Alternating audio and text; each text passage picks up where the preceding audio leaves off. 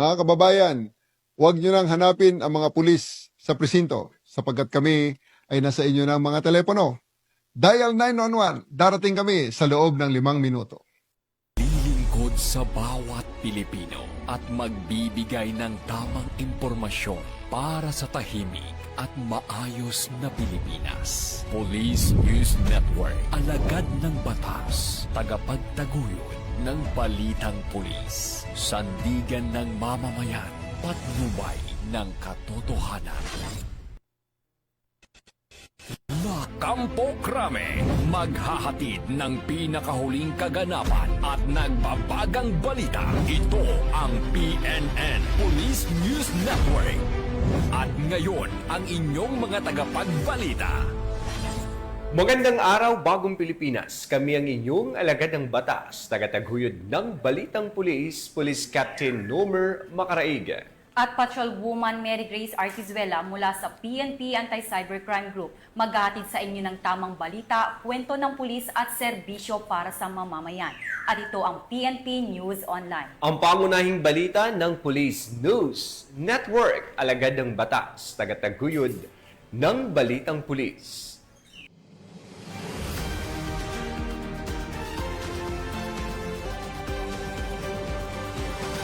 Ito ang mga balitang dapat nyong abangan. Shabu na nagkakahalagang 2.7 milyon na nasamsam sa matagumpay na buy-bust operation sa Iloilo. Dalawang suspects sa pagmamaslang sa barangay secretary sa Cebu huli sa hot pursuit operation.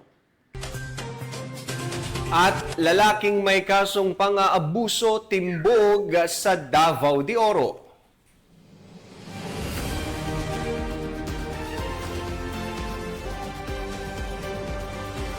Narito ang mga balitang hatid ng ating PNN correspondents mula sa iba't ibang panig ng bansa.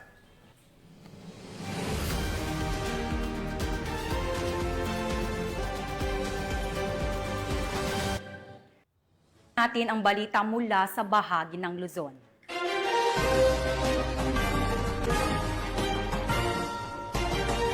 Tigil ang kapulisan sa rehiyon ng Cordillera sa pagsugpo sa ilegal na droga. Kaya naman sa nagpapatuloy na marijuana eradication sa naturang lugar, matagumpay na sinira ng mga otoridad ang tinatayang 1.2 milyong pisong halaga ng fully grown marijuana plants sa Tinglayan, Kalinga. Tinitiyak naman ng PNP na kanilang ipagpapatuloy ang walang humpay na operasyon upang tuluyang mapuksa ang mga ilegal na aktibidad sa rehiyon. Gayon din ang pagpapanatili ng kaayusan at kaligtasan ng mga mamamayan. Patrolwoman Lizelle Digman sa report. Resulta ng mas pinaigting na kampanya ng Police Regional Office Cordillera Administrative Region laban sa pagtatanim at pagbebenta ng marijuana na diskubre at sinira ang tinatayang 1,200,000 na halaga ng fully grown marijuana plants sa Tinglayan, Kalinga nito lamang ika-28 ng Hunyo taong kasalukuyan. Ang matagumpay na operasyon ay ikinasan ng 1st Kalinga Provincial Mobile Force Company, Tinglayan Municipal Police Station, Provincial Drug Enforcement Unit ng Kalinga Police Provincial Office at ng Philippine Drug Enforcement Agency, Kalinga. Ang operasyon ay nagresulta sa pagkatuklas ng isang plantasyon ng marijuana na may tinatayang lawak na 600 square meters at may nakatanim na 6,000 na piraso ng fully grown marijuana plants na nagkakahalaga ng tinatayang 1,200,000 pesos standard drug price. Bagamat walang nahuling cultivators, agad na binunot at sinunog ng mga operatiba ang lahat ng marijuana pagkatapos ng kaukulang dokumentasyon. Ang matagumpay na operasyong ito ay nagtatampok sa patuloy na pangako ng mga ahensya ng kapulisan na labanan ang mga iligal na aktibidad ng droga sa rehiyon Cordillera. Ang pagpuksang ito ng kapulisan ay bilang pagsuporta sa isinusulong ng Pangulong Ferdinand R. Marcos Jr. na whole-of-nation approach na kinakailangan para masugpo ang paglaganap ng illegal na droga at maging illegal drug-free ang bansa. Mula dito sa Rehiyon Cordillera, ako ang inyong PNN correspondent, Patrolwoman Digman, alagad ng batas, taga-taguyod ng Balitang Pulis. Maraming salamat, Patrolwoman Digman, sa presintuang bagsak ng isang high-value individual na kabilang sa drug watch list ng rehiyon matapos maaresto sa isinagawang bypass operation ng PNP sa Isabela. Nakatutok dyan si Patrolwoman Jerilyn Culico. Ang isang high-value individual na nasa drug watchlist ng Rion matapos ang isinagawang drug bypass operation ng mga pinagsanib pwersa at pagbibigay suporta ng Police Regional Office 2 kasama ang Philippine National Police Drug Enforcement Group, Isabela Provincial Office, Isabela PPO Provincial Intelligence Unit, Provincial Drug Enforcement Unit, Provincial Intelligence Team Isabela East, Ilagan Component City Police Station at Philippine Drug Enforcement Agency Regional Office 2 kahapon, ika-30 ng Hunyo nitong taon sa Barangay Rangayan, City of Ilagan, Isabela. Sa pagpapaabot ng suporta ng Police Regional Office 2 sa Philippine Drug Enforcement Group Operation, naaresto si alias JR, may asawa at residente ng Barangay Rangayan, lungsod ng Ilagan, Isabela. Sa isinagawang bypass operation, nasabat ng mga operatibang hinihinalang iligal na droga at iba't ibang paraphernalia mula sa suspek. Kasama sa mga nakumpiskang ebidensya ang dalawang heat-sealed transparent plastic sachet na naglalaman ng hinihinalang shabu o subject for sale, isang heat-sealed transparent plastic sachet na naglalaman ng hinihinalang shabu para sa possession, isang unit ng Tecno smartphone na kulay asul at isang piraso ng tissue paper na ginamit para itago ang hinihinalang shabu. Humigit kumulang 5 gramo ang nakumpiskang ebidensya ng illegal na droga na may kabuuang standard na presyo ng gamot na 34,000 piso. Ang naaresto ay kasalukuyang nasa kustodiya ng Ilagan Component City Police Station at maharap sa kasong paglabag sa RA 9165 o Comprehensive Dangerous Drugs Act of 2002. Samantala, pinuri ni Police Brigadier General Antonio P. Maralag Jr., Regional Director ng Police Regional Office 2, ang tagumpay ng operasyon at idiniin ang kahalagaan ng patuloy na pagtutulungan sa paglaban sa iligal na droga. Ang tuloy-tuloy na koordinasyon sa pagitan ng Philippine Drug Enforcement Group at Police Regional Office 2 ay nagpapakita ng lakas ng pinagsama-samang operasyon ng pulisya sa pagkamit ng isang lipunang walang droga. Bilang pangunahing tagapagpatupad ng batas sa Rion 2, patuloy na sinusuportahan ng Police Regional Office 2 ang pambansang pagsisikap sa pamamagitan ng pagpapahusay sa mga lokal nitong kampanya laban sa iligal na droga, pagpapalakas ng mga intelligence network at pakikipagtulungan sa mga stakeholder at iba pang ahensyang nagpapatupad ng batas. Mula dito sa Lambak ng Cagayan, ako ang inyong Police News Network Correspondent, Patrolwoman Jerilyn Culico, alagad ng batas, taga-taguyod ng Balitang Pulis. Maraming salamat, Patrolwoman Culico. Nasa kote ang 4 na katao sa isinagawang bypass operation sa Malolos, Bulacan, habang nakumpiska naman mula sa mga ito ang mahigit 400,000 pisong halaga ng hinihinalang shabu. Nakibalita dyan si Patrolwoman Mildred Tawagon. Ang 4 na katao sa isang matagumpay na bypass operation na isinagawa ng Station Drug Enforcement Unit ng Malolos City Police Station sa Kampupot Street, Barangay Ligas, lungsod ng Malolos, Bulacan. Arestado ang 4 na katao sa isang matagumpay na bypass operation na isinagawa ng Station Drug Enforcement Unit ng Malolos City Police Station sa Kampupot Street, Barangay Ligas, lungsod ng Malolos, Bulacan. Kinilala ni Police Lieutenant Colonel Romel E. Gineblaso, hepe ng Malolos City Police Station, ang mga sospek na sina alias Romeo, 55 taong gulang, isang tricycle driver, ang kanyang live-in partner na si alias Ross, 33 taong gulang, alias Romy, 50 taong gulang, at alias Akihiro, 29 taong gulang na pawang mga residente ng naturang barangay. Ayon kay Police Lieutenant Colonel Gineblaso, nasamsam mula sa mga sospek ang tinatayang 69.5 gramo ng hinihinalang shabu na may standard drug price na 472,600 pesos. Patuloy ang pinaigting na kampanya ng Bulacan PNP sa ilalim ng pamumuno ni Police Colonel Angel L. Garciliano, Acting Provincial Director ng Bulacan Police Provincial Office, laban sa iligal na droga upang matiyak ang kapayapaan, kaayusan at kaligtasan sa kaniyang nasasakupan. tungo sa isang maunlad na bagong Pilipinas. Mula dito sa Bulacan Police Provincial Office, ako ang inyong PNN Correspondent, Patrolwoman Mildred A. Tawagon, alagad ng batas, tagataguyod ng Balitang Pulis. Maraming salamat, Patrolwoman Tawagon.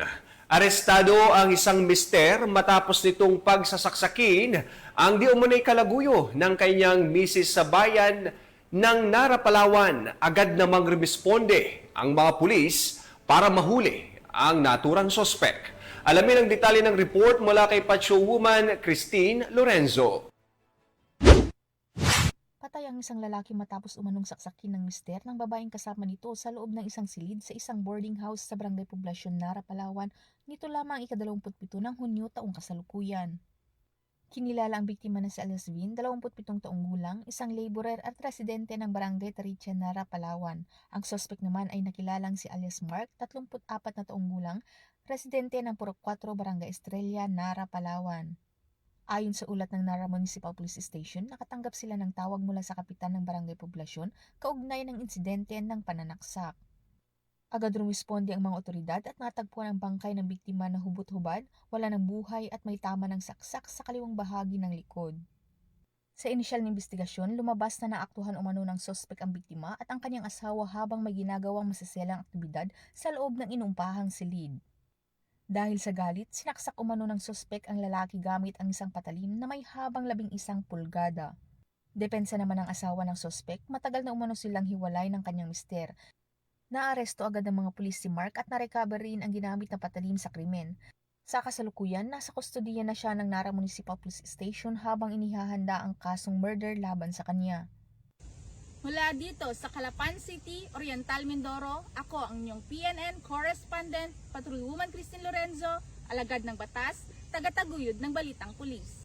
Maraming salamat, Patrolwoman Lorenzo. Timbog ang isang high-value drug suspect sa ikinasang bypass operation sa lalawigan ng Pangasinan, kung saan nasamsam ang tinatayang 400,000 pisong halaga ng hinihinalang shabu. Police Corporal Joanna Marie de los Santos sa report. 55 anyos na lalaki na kinilalang si alias Sitoy ang naaresto ng mga otoridad dakong alas 4:30 ng hapon noong Hunyo 28 taong kasalukuyan sa Purok 1, Barangay Kabidyanan, Nabunturan, Davao de Oro dahil sa kasong paglabag sa Section 10A ng Republic Act 7610 o ang Special Protection of Children Against Abuse, Exploitation and Discrimination Act. Ang pag-aresto ay sinagawa sa bisa ng warrant of arrest na inihain ng pinagsanib ng puwersa ng mga tauhan ng Nabunturan Municipal Police Station, katuwang ang mga tauhan ng Maribojoc Municipal Police Station. Ayon naman kay Police Lieutenant Colonel Edward Bijongko, Chief of Police ng Nabunturan Municipal Police Station, ang naarestong suspect ay tubong Maribojoc, Tagbilaran City, Bohol. Matapos ang pag-aresto at medikal na pagsusuri, ang akusado ay dinala sa warrant and subpoena section ng Nabunturan Municipal Police Station para sa kaukulang dokumentasyon at legal na proseso. Ang Republic Act 7610 ay nagbibigay ng mahigpit na proteksyon sa mga bata laban sa anumang uri ng karahasan at pagsasamantala. Sa ngayon ay patuloy na tinutukan ng mga otoridad ang naturang Timbog ang isang hinihinalang tulak ng droga sa isinagawang bypass operation ng mga operatiba ng Philippine National Police sa Barangay Embarcadero, Mangaldan, Pangasinan, mag-aalas 2 kaninang madaling araw. Kinilala ang suspect na si Joshua, 29 anyos at residente ng Barangay Bunuan, Binloc, Dagupan City. Ayon sa pulisya, siya ay itinuturing na high-value individual at regional top priority target sa kampanya kontra illegal na droga ngayong buwan. Nakumpiska mula sa kanya ang 2 sachet ng hinihinalang shabu na tinatayang may timbang na 60 gramo at may halagang 408,000 pesos. Kabilang din sa mga na-recover ang genuine 500 bill, budol money na umaabot sa 20,000 pesos at isang Realme smartphone. Ang operasyon ay pinangunahan ng Regional Police Drug Enforcement Unit 1, katuwang ang ibang unit ng PNP, Mangaldan Police Station at PDEA Pangasinan. Sa ilalim ng pangangasiwa ni Police Colonel Emmanuel H. Reyes, Deputy Regional Director for Operations ng PRO1. Dinala ang suspect sa Mapandan Community Hospital para sa medical examination at kasalukuyang nasa kustodiya ng Mangaldan Police Station. Samantala, ang mga nakuhang ebidensya ay sasailalim sa pagsusuri ng PNP Forensic Unit sa Lingayen. Haharap naman ang suspect sa kasong paglabag sa Section 5 at 11 ng Republic Act 9165 o Comprehensive Dangerous Drugs Act of 2002. Ang operasyong ito ay patunay ng maigting na kampanya ng pamahalaan laban sa iligal na droga bilang bahagi ng advokasiyang sa Bagong Pilipinas, ang gusto ng pulis, ligtas ka. Mula dito sa Ilocos Region, ako ang iyong PNN Correspondent, Police Corporal Joanna Maria N. De Los Santos, alagad ng batas, tagataguyod ng Balitang Pulis. Maraming salamat, Corporal De Los Santos. Tunghayan naman natin ang mga balita mula sa Visayas.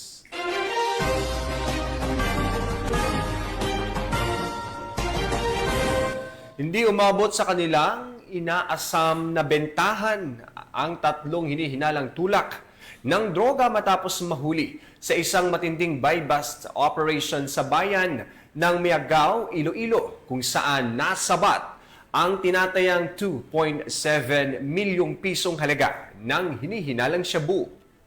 Sinisiguro naman ng pabansang pulisyan na mas paigtingin pa ang mga operasyon upang tuluyang masawata ang iligal na droga na patuloy na sumisira sa kinabukasan ng mamamayan.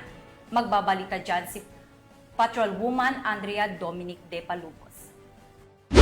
Ang 2.7 milyong halaga ng hinihinalang shabu sa isang matagumpay na anti-illegal drugs operation na isinagawa ng mga otoridad sa Barangay Guinness, Miagao, Iloilo, dakong alas 2 na madaling araw nito lamang ika-30 ng Hunyo taong kasalukuyan. Ang operasyon ay pinangunahan ng Regional Police Drug Enforcement Unit sa superbisyon ni Police Captain Glenn Suliman, team leader, kasama ang Miagao Municipal Police Station at Iloilo Police Provincial Office Provincial Drug Enforcement Unit na nagresulta sa pagkakaaresto ng tatlong high-value individual na kinilalang sina alias Negro, 47 taong gulang, at residente ng Molo, Iloilo City, alias Baho, 37 taong gulang, at alias Lin, 38 taong gulang at pawang residente ng Miagao, Iloilo. Nasamsam mula sa pag-iingat ng mga sospek ang kabuuang 410 gramong hinihinalang shabu na may standard drug price na 2,788,000 piso. Kasama rin sa mga nakumpiskang ebidensya ang isang hindi lisensyadong .38 caliber revolver na may 4 na bala, isang digital weighing scale, mga drug paraphernalia at buy-bust money na 12,500 piso at iba pang non-drug items. Kasalukuyang nasa kustudiya na ng pulisya ang mga sospetsado para sa tamang disposisyon at harap sa kasong paglabag sa RA 9165 o ang Comprehensive Dangerous Drugs Act of 2002 at RA 10591 o ang Comprehensive Firearms and Ammunition Regulation Act. Ang operasyong ito ay patunay ng masigasig at walang humpay na kampanya ng Philippine National Police laban sa iligal na droga bilang bahagi ng kanilang adhikain na mapanatili ang kaayusan at kaligtasan sa mga pamayanan. Sa tulong at kooperasyon ng sari-saring sektor ng pamahalaan at suporta ng komunidad, patuloy nating binubuo ang isang mas ligtas, mas maayos at mas maliwanag na kinabukasan para sa bawat Pilipino. Mula dito sa Police Regional Office 6, ako ang inyong Police News Network Correspondent, Patrolwoman Andrea Dominic De Palubos, alagad na batas, tagataguyod ng Balitang Pulis. Maraming salamat, Patrolwoman De Palubos. Isang construction worker ang timbog sa entrapment operation na isinagawa ng Regional Anti-Cybercrime Unit 6 sa Iloilo City dahil sa pagbabantang ipapakalat sa mga kaanak ng biktima ang kanyang mga sensitibong larawan at video. Yan ang balitang aking tinutukan. Arestado ang isang construction worker sa barangay Nabitasan, Lapas, Iloilo matapos ireklamo ng kanyang dating kasintahan dahil sa pagbabanta nitong ipapakalat sa mga kaanak ng biktima ang kanyang mga sensitibong larawan at video kung hindi siya papayag makipagkita sa suspect. Agad na kumilos ang mga tauhan ng Regional Anti-Cybercrime Unit 6 katuwang ang Iloilo City Police Station 2 at nagsagawa ng isang entrapment operation na nagresulta sa pagkakaaresto kay alias JM, 30 anyos at residente sa lugar kung saan ito inaresto. Nahaharap ngayon ng suspect sa mga kasong grave coercion, photo and video voyeurism at Violence Against Women and Their Children Act. Siya ay kasalukuyang nasa kustodiya ng Iloilo City Police Station 2 para sa karampatang dokumentasyon at disposisyon ng kanyang kaso. Patuloy ang paalala ng mga otoridad na agad ipagbigay alam sa kinaukulan ang anumang uri ng pananakot o pangingikil gamit ang sensitibong impormasyon o materyales upang ito ay agarang maaksyonan. Ang mga involved po dito sa kaso na ito ay dating magkasintahan. Ang binibidyohan nila ang kanilang mga private moments at kalaunan nung hindi na sila magkasundo ay ginagamit ng lalaki ang mga video na ito para i-pressure yung babae na gawin muli ang gusto nitong lalaki. So paalala ko lang sa mga magkasintahan dyan, mag-ingat po tayo, huwag po tayong papayag na binibidyohan ang ating private moments. O kundi kaya, mag-ingat po tayo na baka sekreto tayong nabibidyohan. Mula dito sa Campo Crame, ako ang inyong PNN correspondent, Patrolwoman Mary Grace Artizuela, nagbabalita para sa Police News Network, alagad ng batas, tagataguyod ng balitang pulis. Maraming salamat, Patrolwoman Artizuela. Himas rehas ngayon ang dalawang sospek sa pagpatay sa isang barangay secretary matapos silang maaresto sa mabilis na hot pursuit operation ng pulisya sa Cebu. Tinutukan niya ni Patrolwoman Judith Nicanor. Hawak na ng kapulisan ng Dumanhog ang dalawang sospek sa pamamaril at pagpatay sa isang barangay secretary sa mismong tahanan nito sa Purok 5 Barangay Tubod, Duguan, Dumanhog, Cebu nito lamang nakaraan. Kinilala ni Police Captain Eden Rex L. Baguio, officer in charge ng Dumanhog Police Station, Cebu Police Provincial Office, ang barangay secretary na biktima na si Celsa, 62 anyos na residente na nabanggit na lugar, habang ang dalawang suspect na sina Esteban, 51 anyos at Conrad, 35 anyos na residente rin ng naturang lugar. Batay sa ulat ng pulisya, bandang alas 12:15 ng madaling araw nang pinasok at pinagbabaril ng mga sospek ang natutulog na biktima. Nagtamo ito ng sugat sa tiyan at ulo na nagresulta sa agarang pagkamatay ng biktima. Samantala, agad na nagsagawa ng hot pursuit operation ang mga otoridad na nagresulta sa pagka-aresto ng sospek sa tulong na rin ng isang saksi. Kasalukuyang nasa kustodiya ng Dumanhog MPS sa mga sospek at maharap sa kasong murder. Magandang araw sa ating lahat. Ako po si Police Captain Eden Rex Baguio, Officer in Charge ng Dumanhog Municipal Police Station. Sa pamumuno ng ating Regional Director na si Police Brigadier General Rodrigo Atienza Maranan ng Police Regional Office 7 at sa paggabay ng ating Provincial Director na si Police Colonel Hubito M. Atanasio ng Cebu Police Provincial Office. Ang buong puwersa ng Dumanhog Municipal Police Station ay taos-pusong nakikiramay sa pamilya at mga mahal sa buhay ni Ginang Celsa. Ang kanyang sinapit ay isang malupit at walang saysay na karahasang labis naming kinukundina. Sa tulong at kooperasyon ng komunidad, agad nating natukoy at naaresto ang mga sospek sa karumaldumal na krimen. Ito ay patunay na kapag nagtutulungan ang pulisya at mamamayan, mabilis nating naihatid ang hustisya. Muli, inihikayat namin ang lahat na patuloy na makipagtulungan sa ating mga otoridad. Huwag tayong matakot na magsalita dahil ang pananahimik ay nagbibigay daan sa patuloy na karahasan. Ang Dumanhog PNP ay mananatiling tapat sa tungkulin, maglilingkod, magbabantay at lalaban para sa kapayapaan at hustisya ng bawat mamamayan. Sa alaala ni Gina Redondo at sa lahat ng biktima ng karahasan, hindi kami titigil hanggang makamit ang katotohanan at katarungan. Mula dito sa Central Visayas, ako ang inyong Police News Network Correspondent, Patrolwoman Judith Nicanor, alagad ng batas, tagataguyod ng balitang pulis. Maraming salamat, Patrolwoman Nicanor. Narito naman ang mga balita mula sa bahagi ng Mindanao.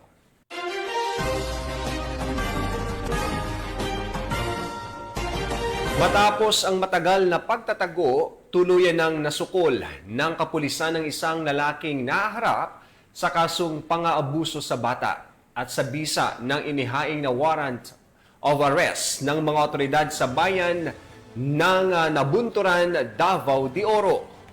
Patuloy naman ang kampanya ng Philippine National Police laban sa mga karasang nakatuon sa mga minor de edad upang iligtas sila sa kamay ng mga mapanamantala. Narito ang report ni Patrolwoman June Mary Joy Rupin. 55 anyos na lalaki na kinilalang si alias Sitoy ang naaresto ng mga otoridad dakong alas 4:30 ng hapon noong Hunyo 28 taong kasalukuyan sa Purok 1, Barangay Kabidyanan, Nabunturan, Davao de Oro dahil sa kasong paglabag sa Section 10A ng Republic Act 7610 o ang Special Protection of Children Against Abuse, Exploitation and Discrimination Act.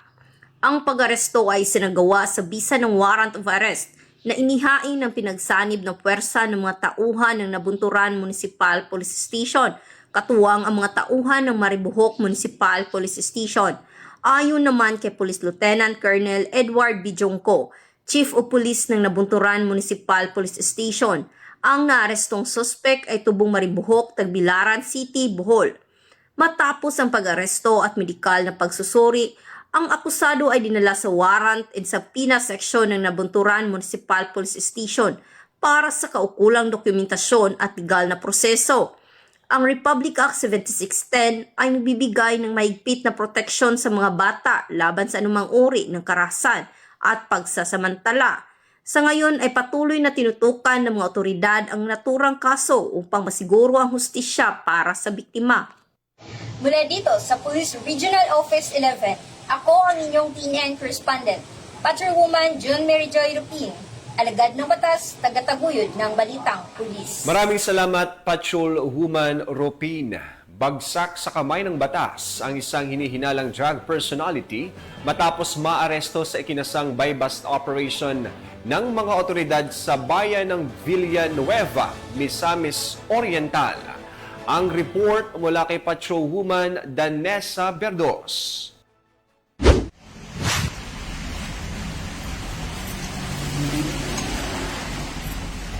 Arestado ang isang individual sa kinasang buy-bust operasyon ng mga operatiba ng Villanueva NPS sa Barangay Katipunan, Villanueva, Misamis Oriental nito lamang ika-28 ng Hunyo taong kasalukuyan. Kinilala ni Police Major Princess Bergado, OIC ng Villanueva MPS, ang suspect na si alias Tonton, lalaki 50 taong gulang at residente ng Taguluan, Misamis Oriental.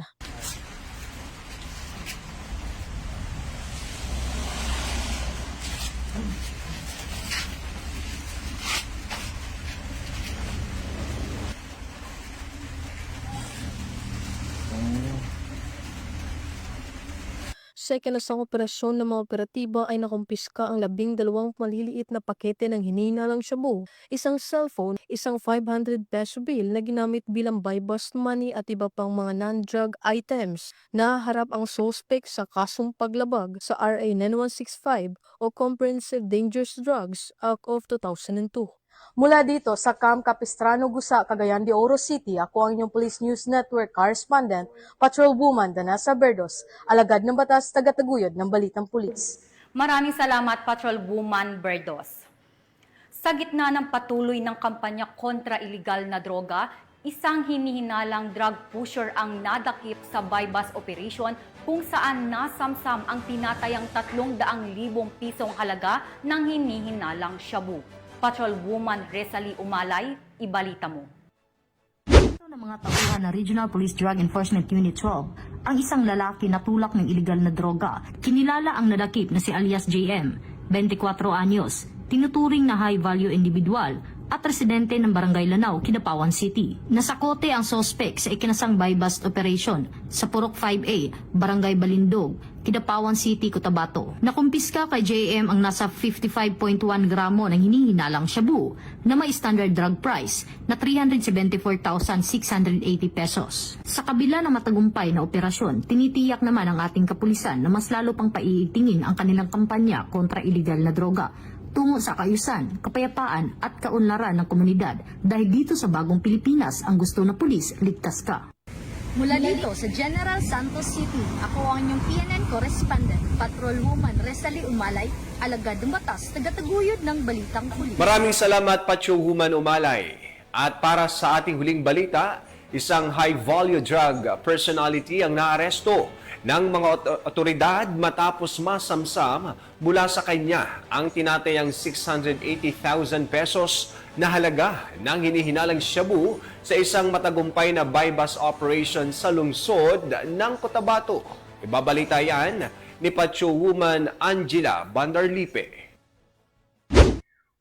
Arestado ang isang high-value individual at nasamsamang 680,000 pesos halaga ng shabu sa ikinasang Joint Anti-Illegal Drug Buy-Bust Operation sa Barangay Poblacion 5, Cotabato City nito lamang ika-29 ng Hunyo taong kasalukuyan. Kinilala ni Police Brigadier General Jason C. D. Guzman, Regional Director ng PRO BAR, ang naarestong suspect na si alias Pudi, 34 anyos at residente ng Purok Milan Rosary Heights 13 ng nasabing lungsod.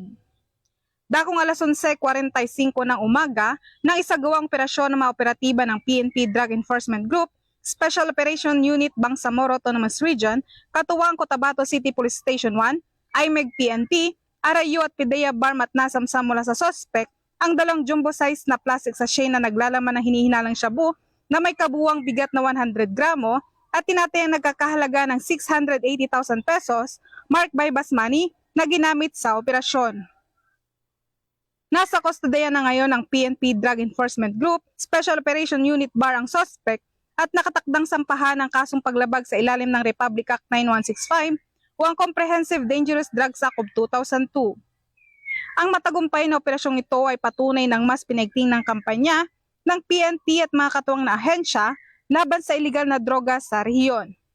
Ipinapaalala ng pamunuan ng ProBAR ang kanilang matibay na paninindigan laban sa kriminalidad at ang patuloy na pakikisa sa mga komunidad upang masugpo ang mabanta sa kapayapaan at kaayusan.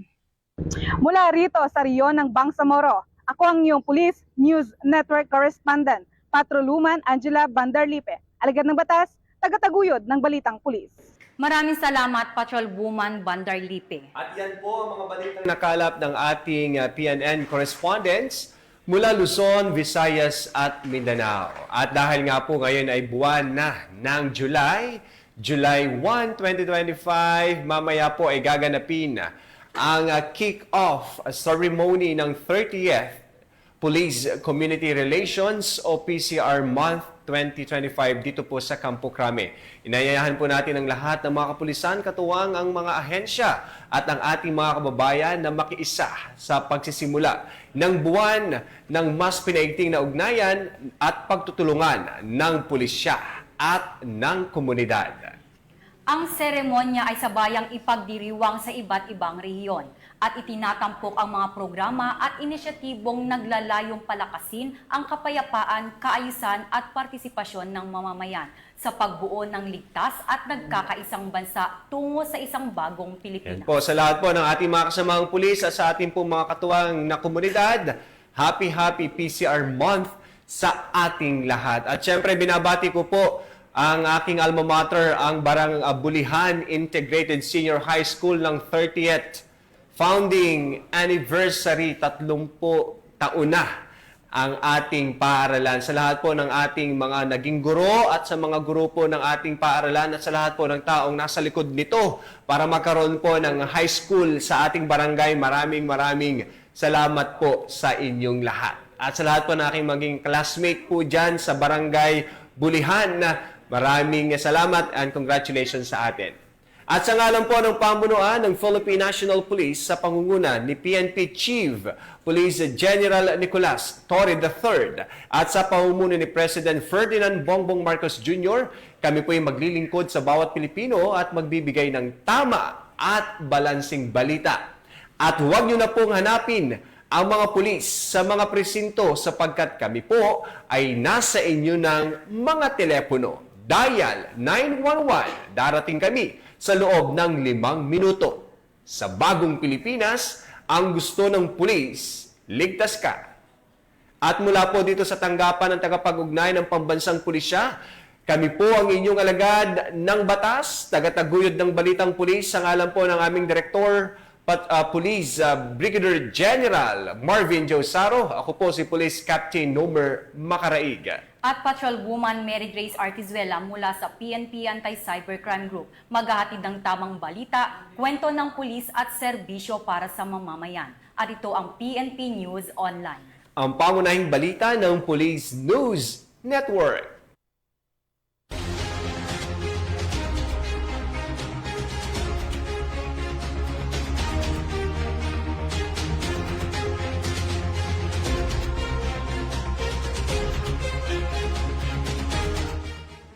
Police News Network, alagad ng batas, tagapagtaguyod ng balitang pulis.